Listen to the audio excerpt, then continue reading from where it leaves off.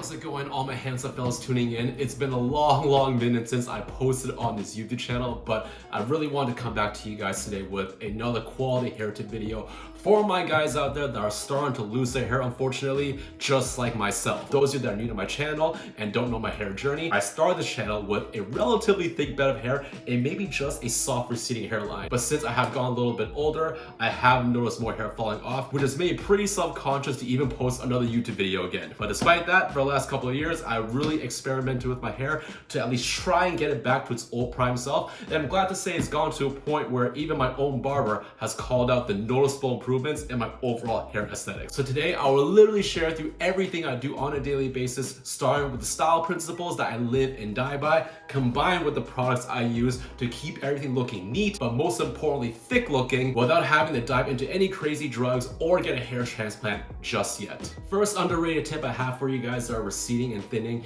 is that you have to maximize the hair that you still have by allowing these top portions and strands of your hair to grow out as long as humanly possible. As you grow out this hair long over time, it'll create more and more layers that will blend in with the thin hairs you have at the front, while also giving you some coverage for those receding areas. It is really this simple combination of more layers and more coverage that'll make it seem like you have a thicker bed of hair than you actually have. A huge caveat I'll put out there, a tip for you, is that as you grow this out over time and your hair starts to reach your forehead, you will notice that the hairs that are originally at the front of your forehead will start to look a little bit messy, thin, and crusty. Don't worry too much about that. Just let your barber know that you want to make these front hairs look more thick, and what they're going to do is that they're actually going to trim off those longer, thinner strands of hair that was originally at the center of your forehead, and this will then blend in with the hair that's coming off top. Second advice that'll complement the first advice is you have to get some sort of gradual fade,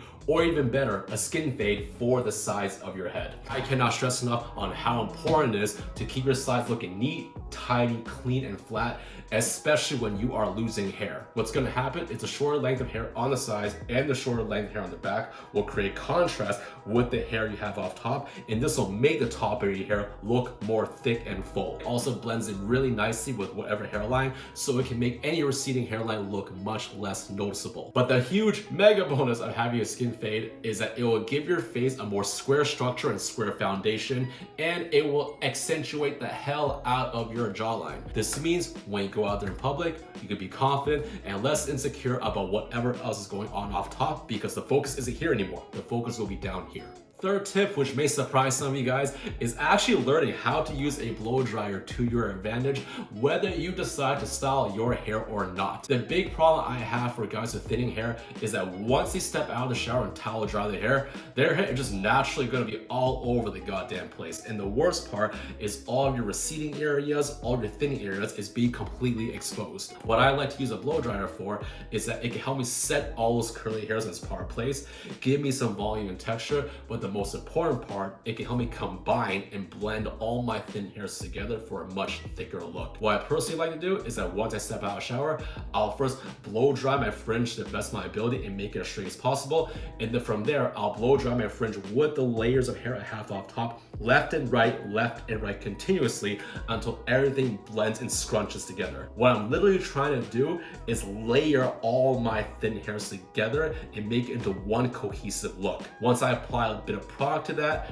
add some texture and volume to it, that at least to me creates a solid foundation of a thicker looking base. Now in terms of product, if there's only one product I could use that was over the counter and trustworthy, you guys have to give Rogaine a chance. A lot of you men out there probably already heard about Rogaine, and I can tell you from my personal experience of using it for over 2+ years, this stuff genuinely does work. It was actually recommended to me by my own barber himself, who also uses it on a daily basis. And how Rogaine actually works is that the active ingredient in here, which is minoxidil, actually widens the blood vessels within our scalp, increases blood flow to them, and then that will actually revitalize our hair follicles and stimulate some hair growth. What I personally got out of Rogaine is a lot of baby hairs around my widow's peak and at the center of my hairline. It is by no means an insane amount of hair, but it's definitely a good enough marginal amount of hair that it actually matters to me. Huge caveat, Rogaine is not a one-time permanent solution. If you want the hair that you get from Rogaine last, you're actually gonna have to keep using this stuff. That's because minoxidil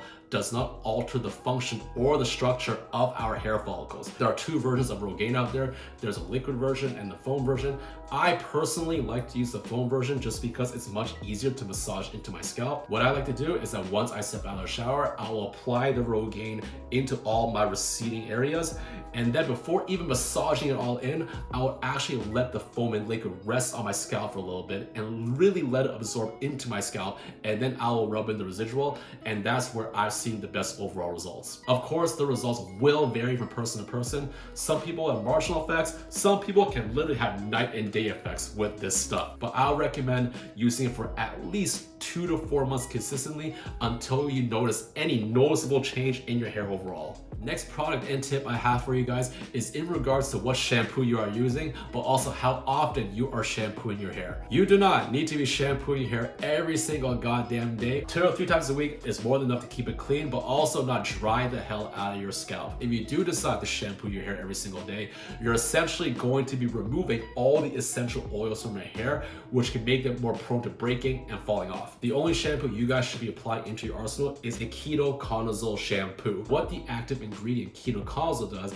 is that it can actually target certain fungus that cause inflammation and irritation within our scalp that can damage our hair follicles. By targeting those certain funguses, it can actually help reduce hair loss and keep the hair that you already have by minimizing all that shedding and breakage. Ketoconazole shampoo is pretty well known amongst the hair loss community, but understand it does not stimulate hair growth. It only helps keep the hair that you already have. There has been research to show that ketoconazole can help block the production of DHT. What is DHT? DHT is literally the hormone that causes hair loss as we age in both men and women. Ketoconazole can help block the binding of DHT to our hair follicles, which then will help slow down the hair loss process overall. I've attached some of that research below in the description box if you guys are interested, but really give ketoconazole shampoo a chance. And if you start to notice less shedding compared to regular shampoo, it is a good chance that this stuff is actually working for you. Now, the last bonus tip I have for you guys, and it's a bonus tip for a good reason, because we have one side where the research says it doesn't do much shit,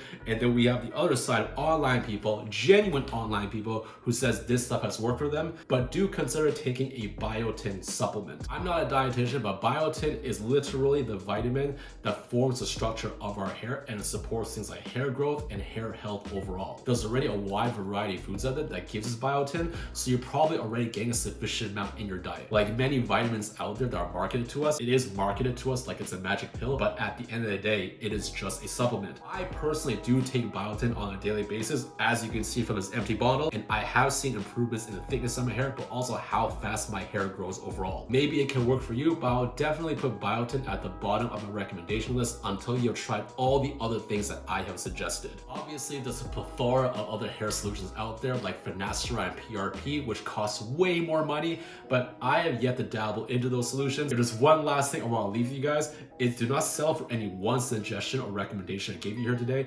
It's really going to take a combination of all of them together that's going to yield you the best results for the remaining hair follicles that you still have. But that's it for me here today, gentlemen. Hope you're able to get some hair value out of this video. Like and share this video for those extra hair growth opportunities, and I hope to see you guys in the next video.